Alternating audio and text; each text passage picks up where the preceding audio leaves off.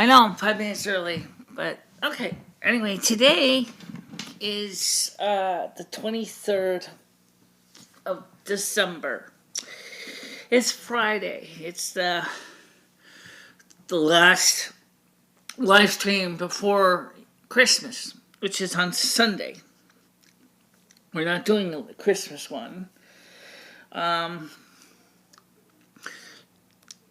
I sent a link to Monique, who just let her know that we are live and we're on the air. And I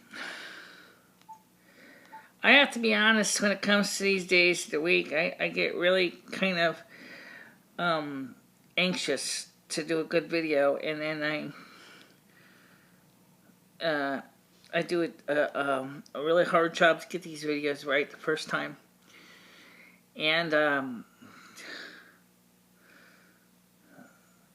And so I got this thing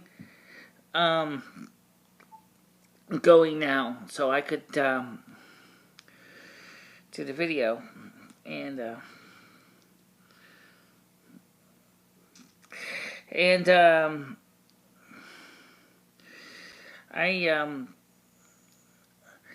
don't really have a lot to talk about.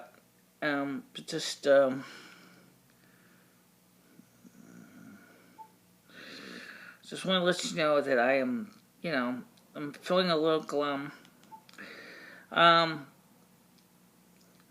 It's something that has to do with the holiday coming up. And I'm not alone, I can assure you. There's a lot of people that feel that way at Christmas. Holidays especially is hard because,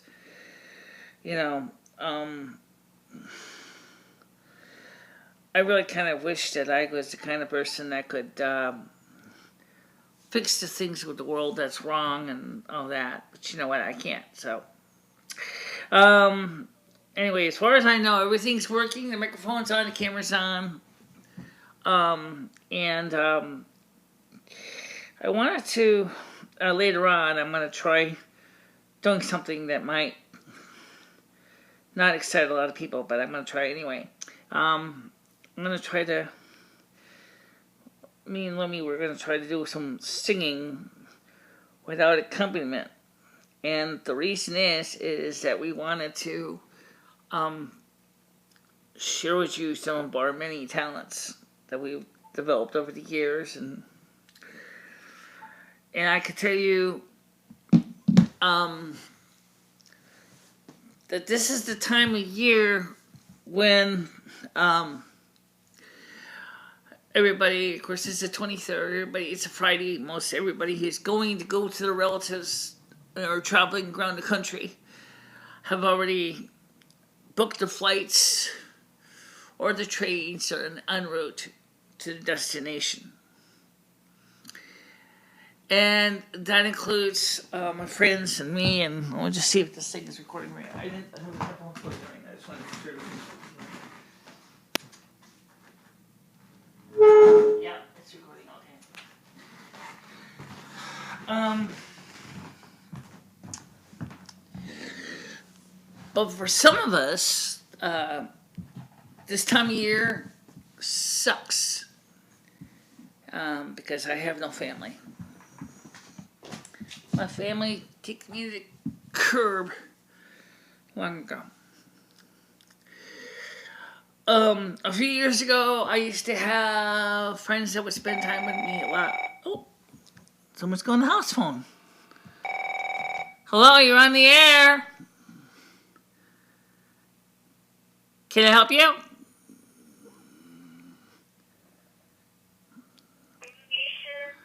Yeah. Who is this? You hear me? Who is this? Yeah. Who is this?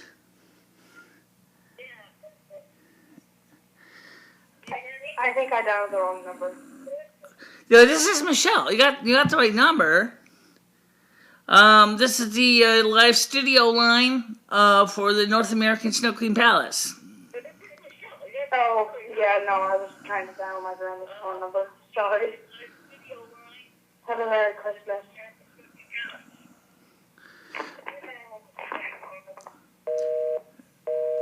I don't know if that was the wrong number or whatever, but anyway, that at least somebody called. Yeah, somebody called.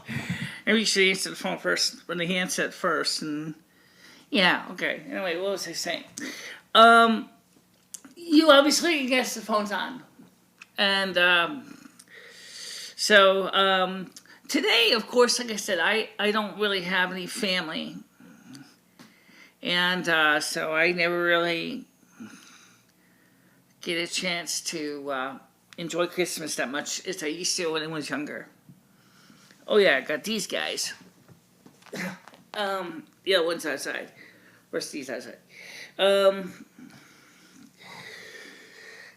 So anyway, I went to the soup kitchen today. I kind of got there kind of late. At first, I was like, I don't get up. But then the phone rang, and a former friend of mine, or a current, actually still is a friend of mine. He's just not living there right anymore. He's in 60 miles away. He's in southern Connecticut. And everybody has got a person that always seems to want help when you're unable to help them. And my friend Ed is no different.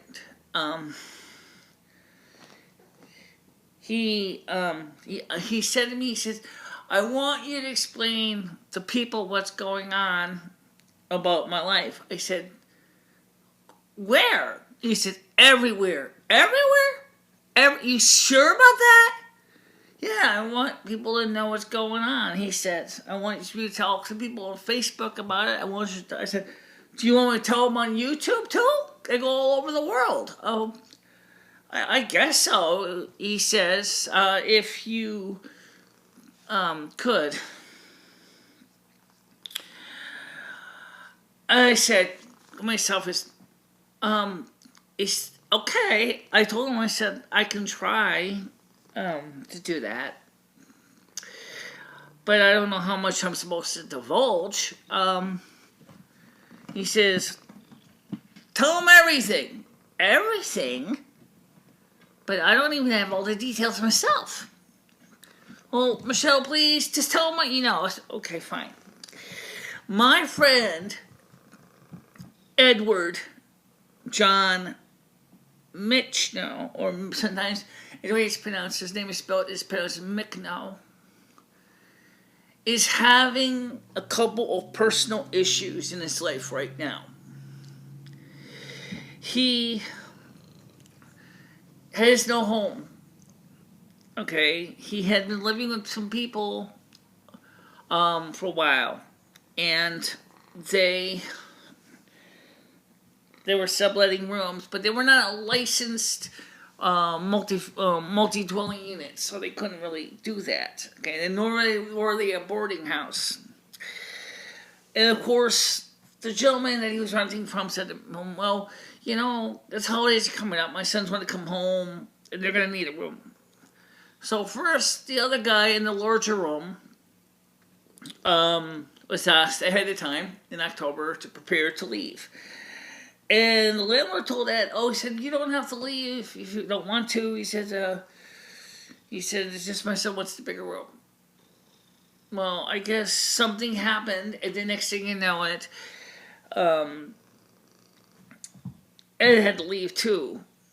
And I told him in advance, I said to him, Ed, you know, you really should be planning to vacate anyway. It's only temporary. It's not permanent.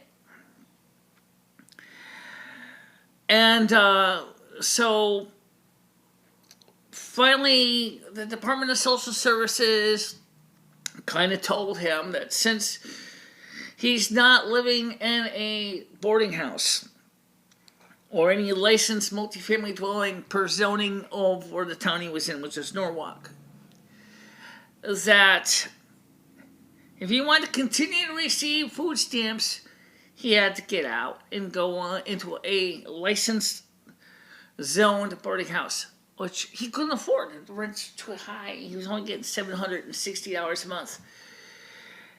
And So he said, because he knew winter was coming, he knew I kept up with the weather winter forecast information. He saw the climate change is coming. That's not a warming trend; it's a cooling trend. I'll get to that, actually details that in a minute, but let me get to finish the story. And he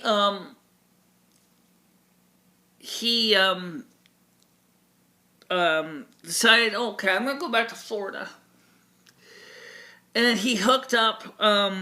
He went down to where his late uncle lived, which turned out to be his real father. It's kind of like Luke Skywalker finding out Darth Vader was his dad kind of situation, all right? In other words, this guy was hardcore involved with the mafia. He's got a couple of relatives, a couple other uncles in the family that got their eye on the estate. And the way the will was written, apparently, according to Ed, he said that the will says, I am the sole heir of his assets. But he says, now they realize if they bump me off that they could get the money instead. Well, let me just give you a side note to that, guys. No, it does not work that way. Nope, doesn't work that way. So what I'm saying is he really doesn't have to worry. It's not kind of like you see in the mob movies. See, doesn't quite work that way. They would have to,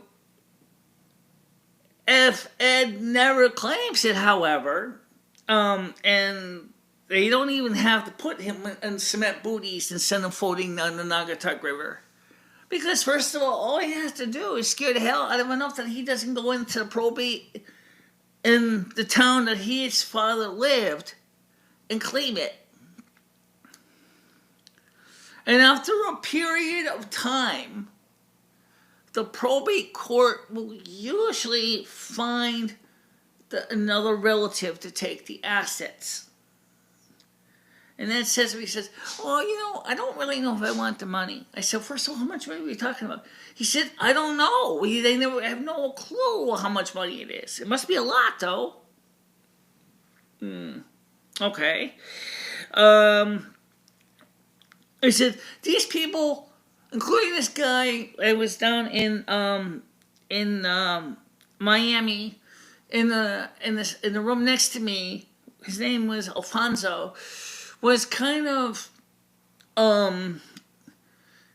interrogating him because he knew that he was Fred McNo's son. Now, you see, Fred McNo and his wife Mary put Ed up for adoption within the family, and his current father, his late father, who was a chemical engineer originally from Hamilton Standard, agreed to take Edward under his paw, if you will. And I believe the real reason is that his real father didn't want Ed to have to deal with the boys, okay? And so they never, he met his father, which was actually, his uncle was his stepfather, his real father was called his uncle, and his uncle had a wife named Mary. And of course, his stepfather also had a wife named Mary. So now he's got the fear that someone's going to put a stiletto between his ribs. In addition to the fact is that they're trying to scare him off. Now, Ed scares easy. He's not used to confrontation. He's like me. He prefers to avoid it. However, unlike Ed, I have a bit more of a backbone. And if that was my situation, the first thing I would have done is I would go into that thing, first of all, after doing research and arming myself to the teeth with legal support, legal documentation to support my claim. And then for the blood money hungry relatives, I would sit down like Donald Trump and I would say to them, okay, here's the deal. I got this much inheritance this is gross after, or net after the estate taxes and the fees for attorneys and all this. How much of it do you want? I need something for my future, okay? In case me and Lumi and maybe Dory. And in the Sicilian community, women are not usually respected at the same level as a man, okay? The top guy is called the Don, the D-O-N. Okay, now, Don, or sometimes known as boss or capo, okay? So, when you are dealing with the Don, if a woman, which is also known as a donna, that's woman in Italian, by the way,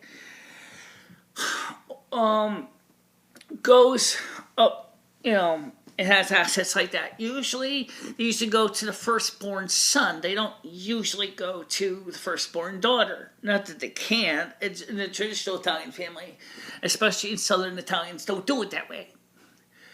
All right? So, he's totally unsure what to do now. Okay, that's the story. Now I'm going to give you my input on all this. Number one, according to Maslow's hierarchy of needs, the most important primary thing you need to focus on in life, and he needs to do this, is food, shelter, and clothing. That's the most important base of the Maslow hierarchy of needs pyramid.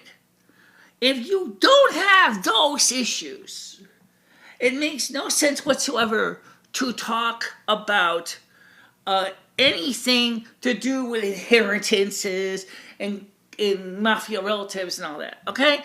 You can deal with that after you take care of the first three. They're the basis of the pyramid. They're more important than sex, by the way.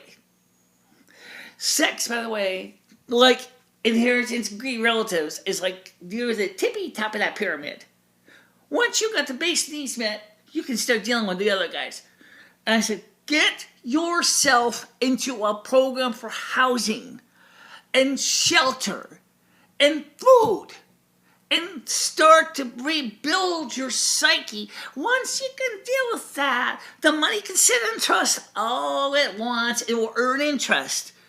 The probate court, of course, is going to take the equivalent of a storage fee. Just like when you bring a car down to a garage to be serviced, and every day you don't pick it up, you got to pay a fee for storage. Or impound fee if it's because of you have to pay your bill. And as long as you're not paying the bill, they have the car, same deal, okay?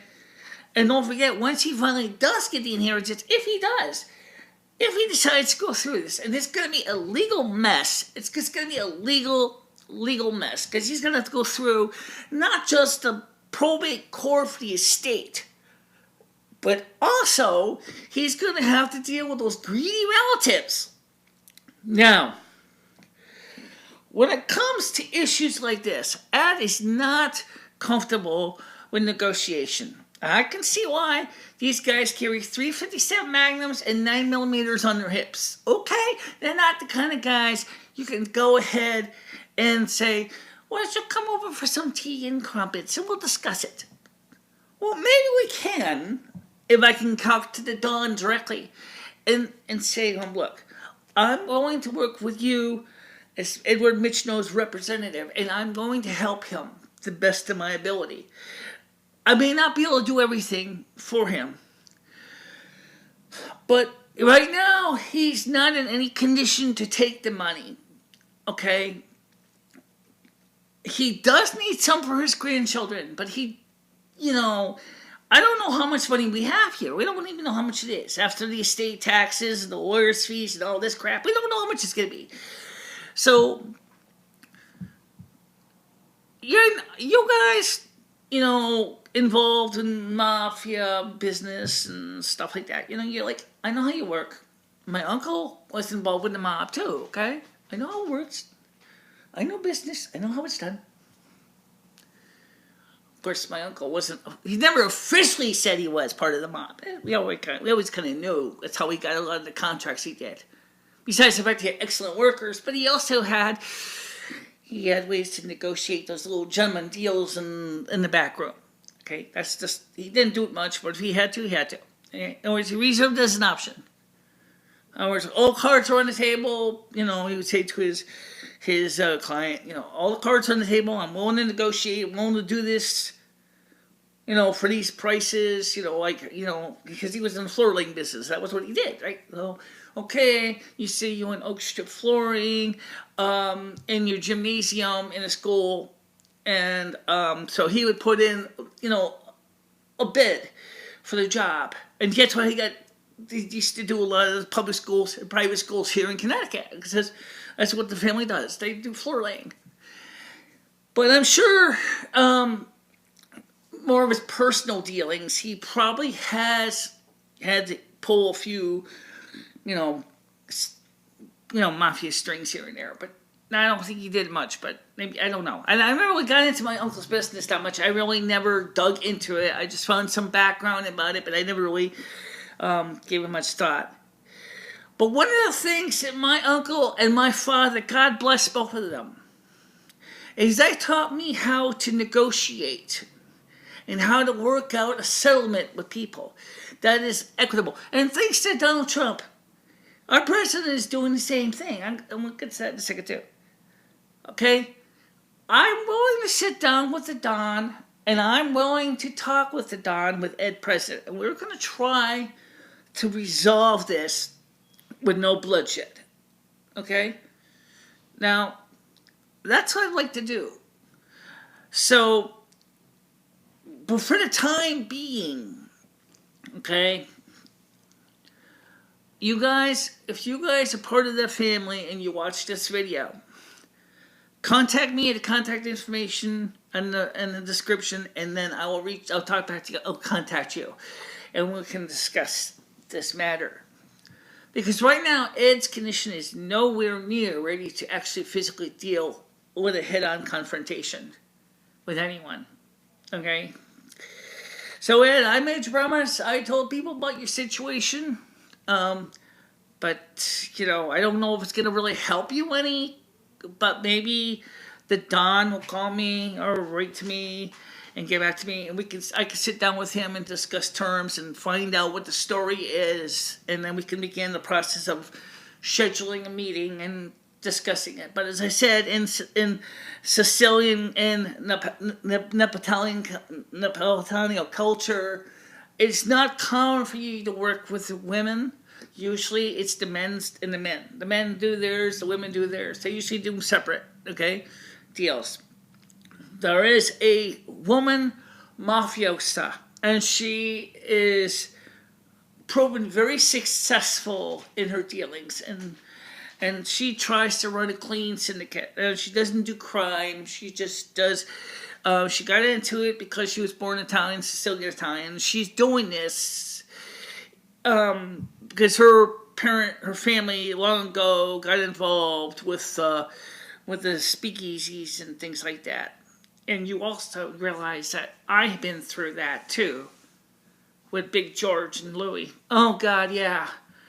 And I'm gonna tell you right now, Michele, seriously, one false move and there's a good chance that you're gonna be the next murder for the cause. Well, I don't mind dying if it's for a good cause. I rather sacrifice my life for a friend than die in vain. Okay. Do you want to talk about the ultimate Christmas present? There you go. But hopefully it won't come to that. By the way, me and Lumi looked into the AdSense. Yes, we did. Actually, right now there's 30, just running off $34 in the AdSense account. Google will not cut a check until I hit $100. When I said I had to hit $1 a month to make money, that's incorrect. I made an error. My fault. I'm sorry. I screwed up. Okay, you don't have to make $100 worth of AdSense revenue to earn money. But you do have to make at least $100 for them to issue a check. So if I really need to get the AdSense up. And also, I still would like to try to get the number of people watching our videos up to, and the number of subscribers. This is where you, my audience, comes in very important. We have been working really hard on these videos for a long time. I just want to check to see all the pictures. If I'm in frame, I can't really tell. And we've been working on these videos now for several years. So we started in 2011, and it's not always easy to do these videos and do a good job. Sometimes things go wrong, as you obviously found out. The microphone sometimes isn't on, the camera's not working, the battery goes dead on the camera because it's not fully plugged into the charger. And things like that, and it does happen, and it's really sad, but it does happen. And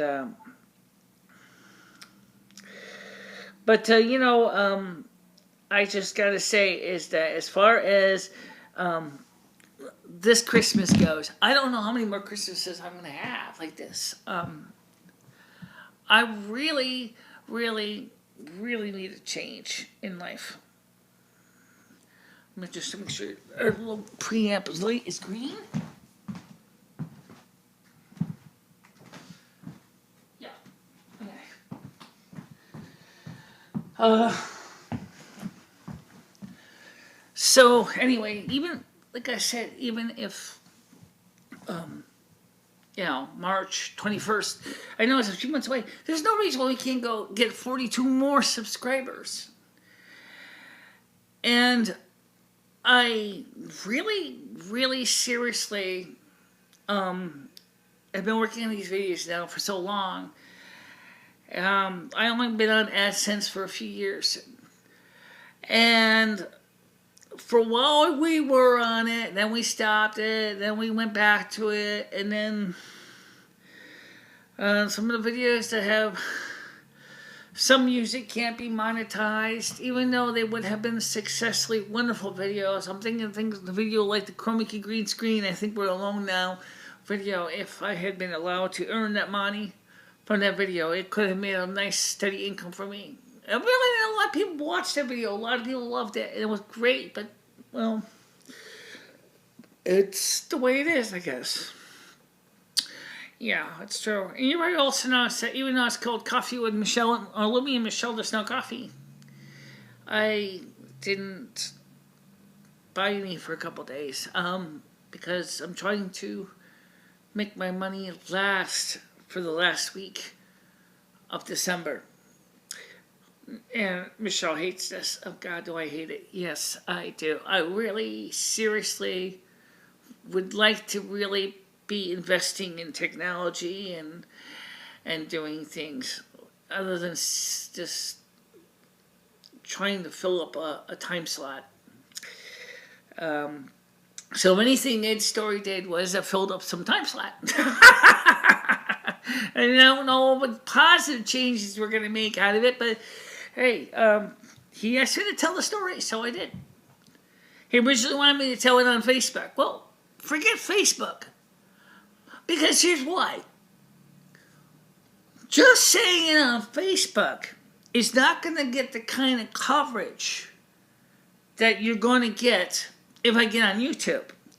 On YouTube, since you asked me to tell a story and you asked me to spread the news, I spread it.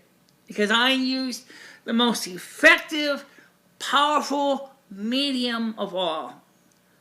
The spoken voice. And through the most popular media platform in the world, YouTube.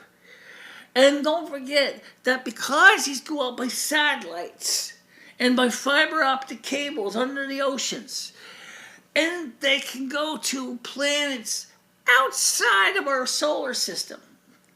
I mean, they're encoded. I'm sure the satellites are not sending raw stock video out there in space. I don't know. But if an extraterrestrial has the capability to pick up the signal and decode it, even if it is possibly anywhere from 30 to 200 plus light years away from now, those people will learn a lot about the people on Earth from the YouTube streams that they see. And that is a real amazing thing about this live streaming, is that we can reach out to people far and wide. And even when we build a colony on Mars, you can dang well bet they're going to have a YouTube. And you can bet that they're going to have a YouTube on any planet or something similar to any planet in the universe that we eventually will colonize, wherever that may be. Sure, it may take a couple years in the case of distant planets to reach them, like Alpha Centauri is 200 years away. I don't know how far away the Pleiades are, but I don't think they're that right either. Because of all this technology, it has made our world and humanity much closer together. Unfortunately, as much as I hate to say it, there's times that I wish we did not have to be so much in people cheek and jowl on YouTube. I'm like one voice out of possibly thousands of videos a day going up. And I'm just one voice with 152 subscribers. Actually, it's 158. Right, I think so. 158 subscribers. That shares links on Facebook, MySpace, Twitter, Google+, Blogger on occasion. Yes. And we do all this because we love to share. That's what makes me different than so many people, is that I'm willing to share and have you be a part of my audience always. And of course, that does mean that sometimes, I really would like you to interact more. Because, we all know that the camera faces me, but it doesn't necessarily face you. And so I can't see your facial expressions. I can't see how you feel about the videos. I can't tell if you're frowning or crying or just absolutely watching the video while you're editing your own videos. I don't know what you're doing. But if I can say this much, I am there for you. I love all of you. Even I don't know who you are, but I do have a couple of requests. The most important thing is, I want to hear from you. Every day, I open these phone lines for you to call, as the caller did, even though it was the wrong number. I open these phone lines to you so that you can speak with me vocally and in person. I also have comments section that you can leave comments in, and I will read those comments. And I will do my best to respond to them in good time. But sometimes some comments are a little bit harsh, and I'm not going to be able to respond to them right away. If I feel it warrants a response. If it does, I will respond. That's a promise. And of course, the most important thing of all is this. There's not too many people like me in the world. We are as fine and as precious as the most of rarest of precious gems. We're not very common. Or at least they may not be. I say may because they may be more like us, but the problem is that they've been so told that they can't express their true feelings, that they are not allowed to be genuine with themselves. One of the things Bill and Ted said in Bill and Ted's Excellent Adventure still applies. Be excellent to one another. And as we see, goodwill to mankind and womankind. Sometimes it just takes a little acts of kindness. Like, for example, if you see a homeless man on the bench and he's shivering in the night, and if you happen to see that you could give him something to sleep with, a blanket or whatever, or maybe even might offer him a meal. If he does not accept it, though, don't get mad if he doesn't accept your offer, but if he does, he'll be very thankful if you offered him a meal at McDonald's. There's a lot of homeless people in this world right now because of reasons that had nothing to do with the stereotypical homeless situation, that they're out of a house. Many had houses and apartments, but because they got laid off or they became disabled, they couldn't pay the rent or mortgage anymore. We think of the homeless people as people who just want to spend their money on booze and drugs. Yes, there is some that do. A good portion of them do, but there are also those that do not. One of the most important things in this world is everybody needs a hug. Everybody needs a personal sense of touch. A sincere, kindred spirit to share with you. It's nothing wrong if you feel worried about the homeless man in the cardboard box in the woods, or the homeless man who's sleeping on a park bench because that's the only place he has to sleep. That's called compassion. And there's nothing wrong with compassion. St. Francis of Assisi was a mendicant beggar. What that means is he's kind of like homeless Mike. He truly believed that the Lord wants him to do this, to evangelize and share the gospel. And he does. He shares it with me all the time. I don't always understand everything, but I'm not homeless right now. I haven't been homeless since 2004 or so. 2004, that sounds right. I was homeless for about a year. I was lucky. I got into a shelter right away, but that doesn't mean that I wasn't homeless.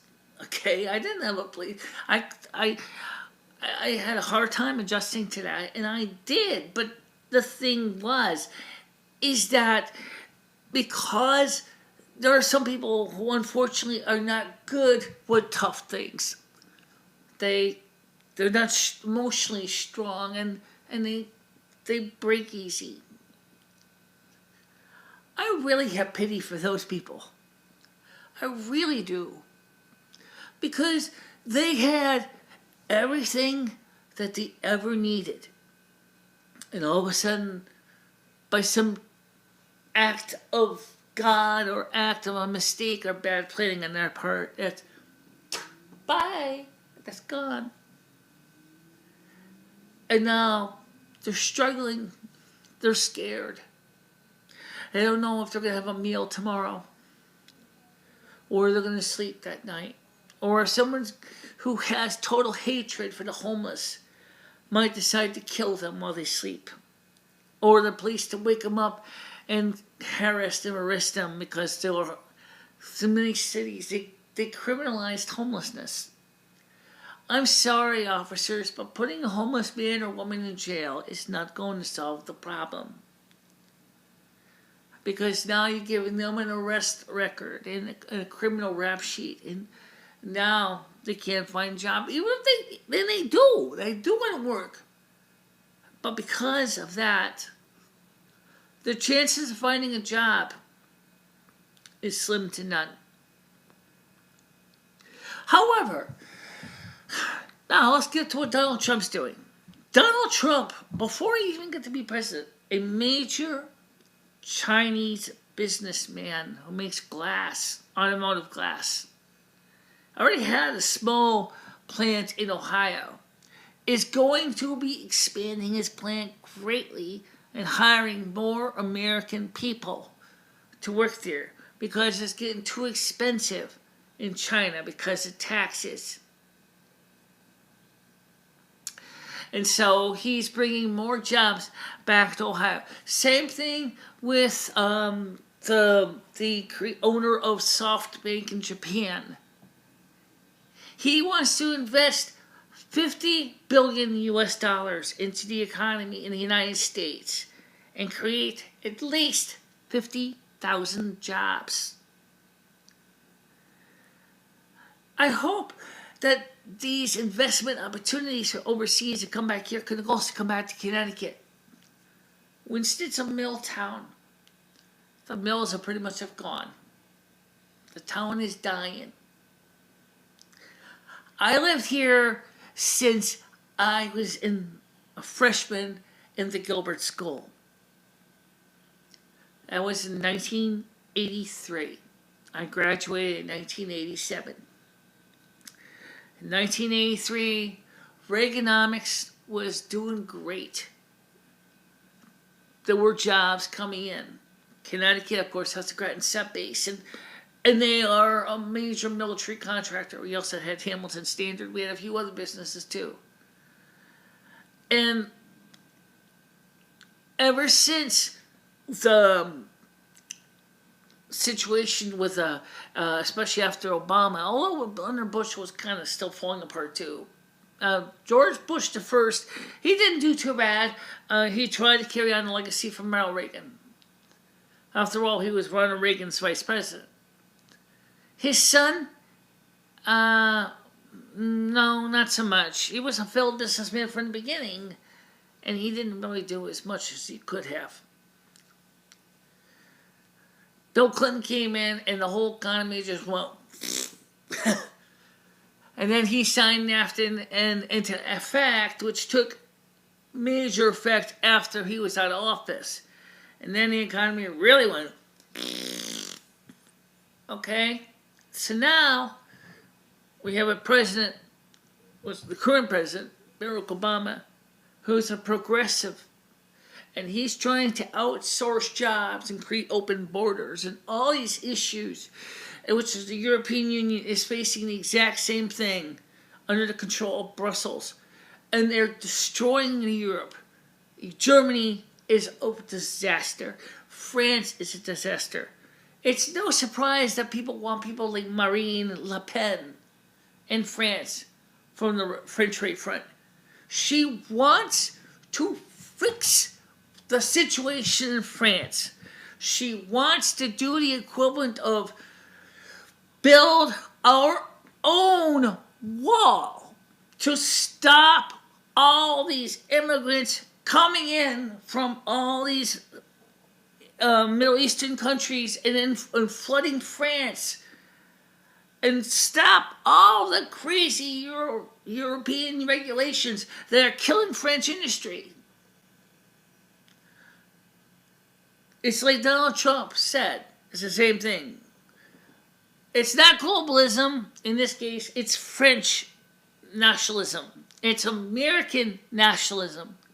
The sense of pride in one's home.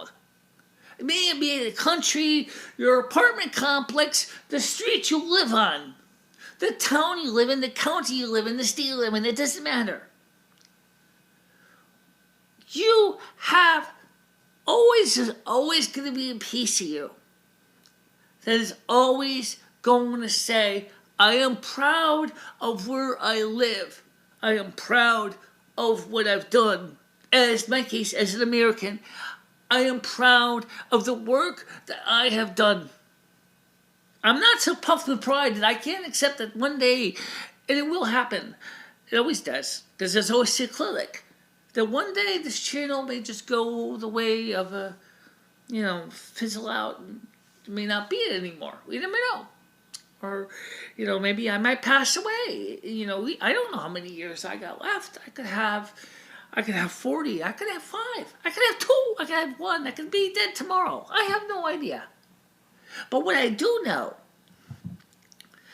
is as long as we got a president in office who wants to bring pride back to America and wants to bring jobs back to America and wants to control illegal immigrants, illegal aliens from crossing over from Mexico, and Canada too. Actually, I heard Canada wants to do the same thing. They want to build a wall between U.S. and Canada and make us pay for it. Well, that sounds fair. It really does. Think about it. We're asking Mexico to do it, right? Mexico, president there, as the current president says, well, we don't really want to build a wall. I mean, we don't really want to pay for it, but there's one contractor in Guatemala which has base. No, that's not Guatemala. That's where the problems are from. They're having the same problem with their southern borders. What is the name of that? I don't remember where it is now, but I'm going to find out for you later on. He's a concrete manufacturer, and he makes concrete. And he said, I'm going to build Trump's wall, and I'll build it for him because I have plants both in the United States and Mexico. And so I can make the wall, and I can give him a price estimate on the wall, and I can tell him how much it's going to cost. And I will build it for him if he accepts my offer. Is he? I don't know. But the whole point was is if there's jobs in the country, if you want to see the homeless get back to work, and no, going back to work is not pathetic. How can anybody say that? Going to work is pathetic. You are pathetic. I am pathetic? Why? Like I said yesterday, why am I pathetic? Because I want to return to the workforce? You think Social Security is so great? It was supposed to be a supplemental income, and that's actually what it was called. Social Security Supplemental Disability Income, SSDI. It was never meant to be Social Security Sole Disability Income. Okay? This country is built on the principles that if you bust your tail and you work hard, you have the right to make an effort and succeed or fail. That's the key word. Succeed or fail. Yes, businesses do fail, and they fail often. A lot of small businesses get in, sometimes they're go through bad planning. They don't plan it ahead of time right. They get it wrong. The regulations start choking them out of business. Obamacare is destroying mom and pop businesses. There are businesses in this country that prior to China entering the World Trade Organization and NAFTA and GATT and all these other trade deals that were doing great. Today, you go downtown Winston, and most of the stores are just so sad. There's nothing here. I live here. I feel the pain acutely because I see it every day. The road going up to the soup kitchen looks like jigsaw puzzle. Someone just put the pieces in. It used to be a smooth road. Now it's got a big giant pothole where there used to be a piece. And the town of Winston doesn't have the tax base to restore or rebuild Winston. That's so sad. Think about it. And Winston's just one of thousands of towns in this country. If the town makes the person feel sad, and I mean, I see it every day. And I'm so helpless because I can't do anything about it. I want to, but I know that I can't do it by myself. But I can do is, if I can find a job, I can start making some income. And I can start buying products and services in town. And then those products and services will help pay the storefront that can pay their taxes, that can pay for their employees, and that will bring more jobs back into the town, and that's what it takes. It doesn't happen any other way. That's just the way it all works. The United States is not a strict capitalistic society. It's kind of got a little bit of a socialism twist to it, but not much. Okay, there is regulations. It's not truly free capitalistic. If it was truly free capitalistic, you'd be seeing all kinds of pollution and people poisoning the water and the air people breathe and just to make a business. But in a true, pure capitalistic society, Winston is toast at this point. Because one thing is, Winston doesn't have right now anybody who wants to invest in this town because there's just nobody who wants to build a plant and hire employees because the state of Connecticut is taxing them so bad because we got a governor that's a progressive and he's thinking that globalism and he's thinking we need to have open borders in the state and we're going to start bringing in all these illegals and we got our safe cities and we're going to do all this shit.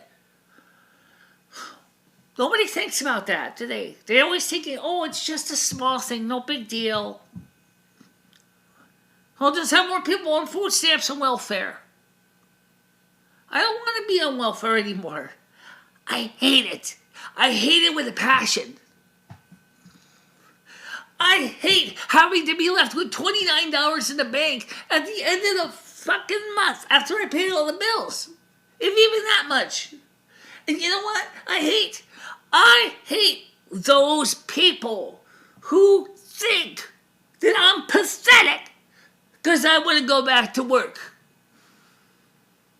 Well, you got so-called greedy relatives that want to take some poor man's possible inheritance that could be used so he can start his own business that he's dreamed about for years. He's wanted to start a drive-in movie theater. He couldn't get the money together because he didn't have any. And now he would have the potential to take what his father promised him in his estate to begin to build his life. That's a very big thing. And I'm not talking about being trying to say he's greedy. Ed has struggled. He is what you call a ne'er-do-well. He never does well. It's not because he's a bad man. It's just that he doesn't quite have the drive to go up there and face these problems head on. And this problem that he's facing is pretty huge. But I am a fighter. I have fought all my life. I have fight to make an honest living what I get. I'm trying to create a small media outlet that I could eventually will be able to bring home enough money so that I could go ahead and possibly renovate the studio and make it better. So I can reach you, and so I can hire more employees, and so I can finally bring more people happiness. That's what I want to do. But when you got hucksters and haters who really don't know me, the person, and they're saying to me is, "You are not good enough, bitch. You're pathetic." Excuse me, but let me say this nicely. Everybody, and it says it in the Bill of Rights, on the U.S. actually says it in the Declaration of Independence. It says, we believe that all men and women are given the inalienable, which means you cannot give it away, right of life, pursuit of life, liberty, and pursuit of happiness, which can never be taken by any court in this world.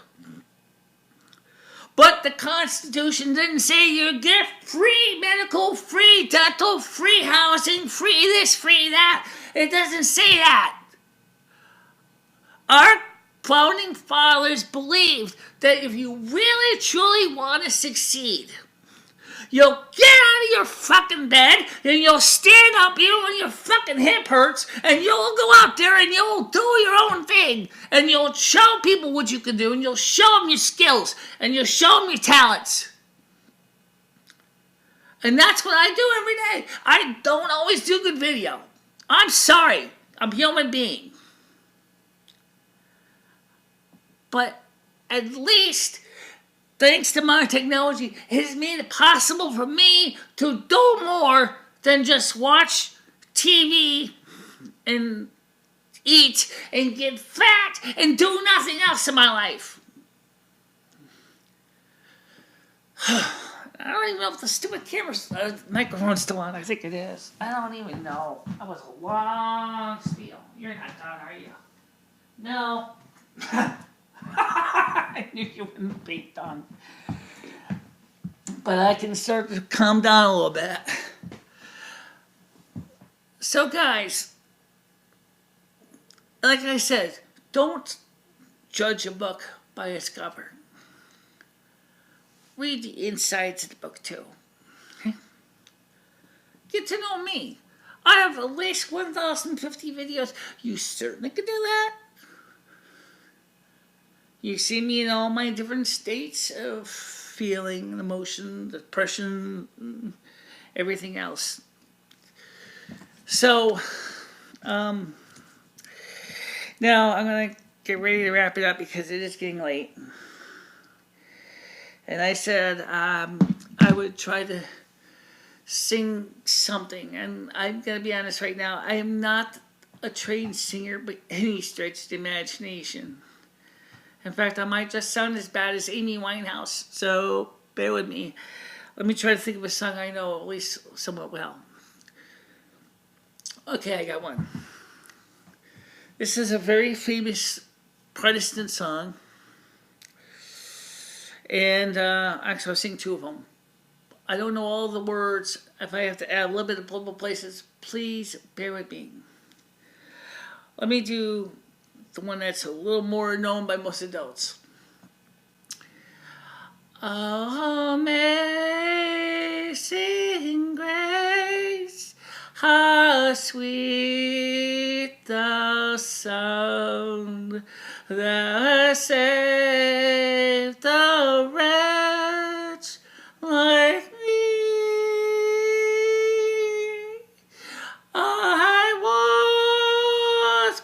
Was lost, but now I am found. Was blind, but now I see. I don't know the rest of this. I'll have to try to ad-lib. Okay. 'Twas faith that brought me home to thee, and your love gave me strength to endure.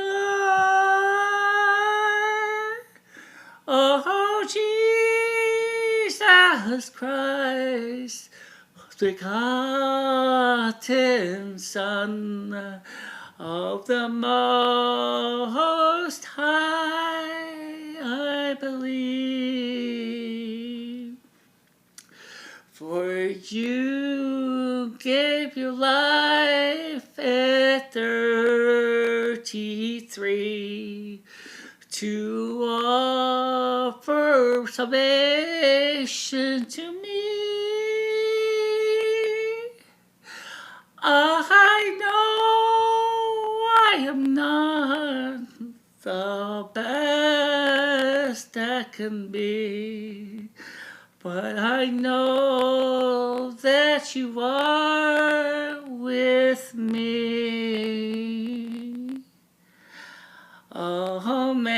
Amazing grace, how sweet the sound that has saved a wretch like me. A little higher, I'm not that good at that. Okay, I'll try to go a little lower. Okay. I was lost, but now I am found. Was blind, but now I see. And the next time I'm going to do is a little bit easier. This was a song I learned as a child. And you know what? Even as adults, it still applies. It is the most famous children's hymn ever. Let's see. Jesus loves me, this I know, for the Bible tells me so. Little ones to He belong. They are weak, but He is strong. Yes, Jesus loves me. Yes, Jesus loves me. Yes, Jesus loves me. For the Bible tells me so. Nice. Don't really hear you sing too much. Well, can we do this next one together, or at least part of it? Which one? Silent Night. Silent Night is appropriate. Ready? Silent night, holy night, all is calm, all is bright, around yon virgin mother and child, holy infant, so tender and mild, sleep in heavenly peace, sleep in heavenly peace. Merry Christmas, everybody. See you Monday.